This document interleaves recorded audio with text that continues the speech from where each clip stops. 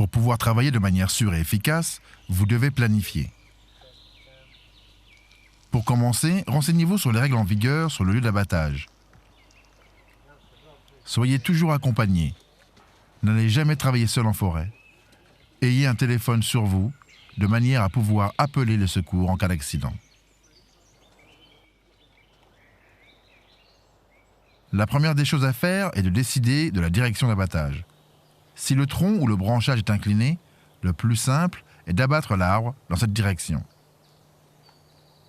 S'il y a du vent, vous devez tenir compte de la direction dans laquelle il souffle. Évitez les arbres situés à proximité des lignes de haute tension, des constructions et des routes.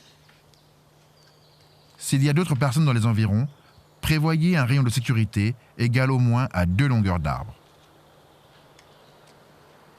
Dégagez le sol tout autour de l'arbre, de façon à pouvoir travailler.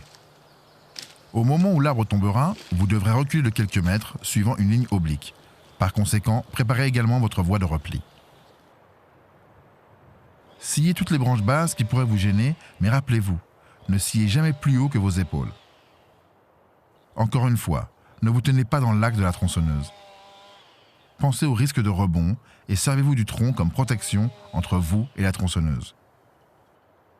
Pour abattre un arbre dans une direction donnée, on utilise la technique dite de l'abattage directionnel. Pour cela, on fait une charnière qui oblige l'arbre à tomber dans la direction voulue.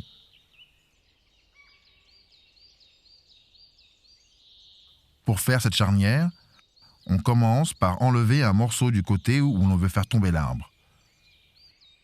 C'est l'entaille directionnelle. L'entaille suivante, appelée l'entaille d'abattage, est pratiquée du côté opposé. Ne sciez pas sur toute la longueur, mais laissez un bout.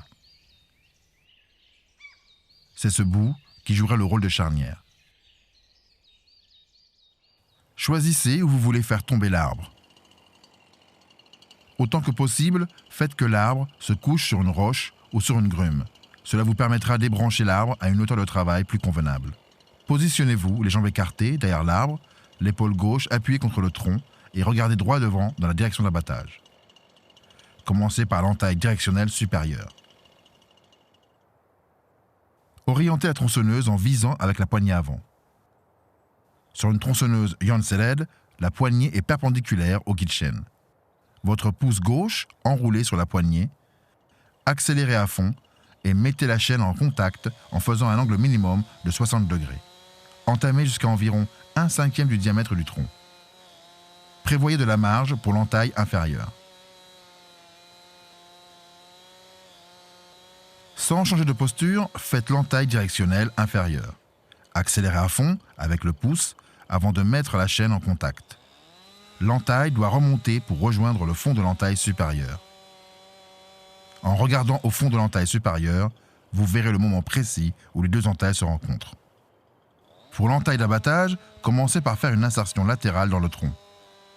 Lorsqu'on fait une insertion, il est important de présenter la partie inférieure du guide chaîne afin d'éviter les rebonds. Puis contournez l'arbre à reculons. Laissez une charnière de 2 à 3 cm en fonction du diamètre du tronc. Lorsque vous avez fait un peu plus de la moitié de l'entaille d'abattage, arrêtez-vous et introduisez le coin ou le levier d'abattage avant de poursuivre.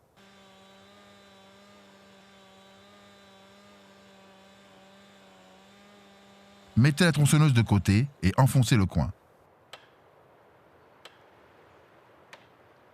Lorsque l'arbre commence à tomber, reculez de quelques mètres en oblique pour ne pas risquer de recevoir le gros bout en cas de rebond de celui-ci. Si le diamètre de l'arbre est inférieur à la longueur du guide chaîne, vous pouvez faire l'entaille d'abattage par derrière, ce qui est plus simple et plus sûr. Quand vous avez fait un peu plus de la moitié de l'entaille d'abattage, arrêtez-vous et introduisez le coin ou le levier d'abattage avant de poursuivre. Si vous êtes un débutant, nous vous recommandons de ne pas abattre des arbres dont le diamètre est supérieur à la longueur du guide chaîne.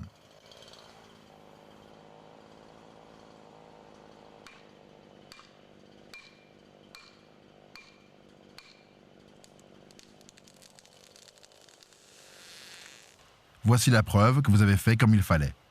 Une charnière parfaite.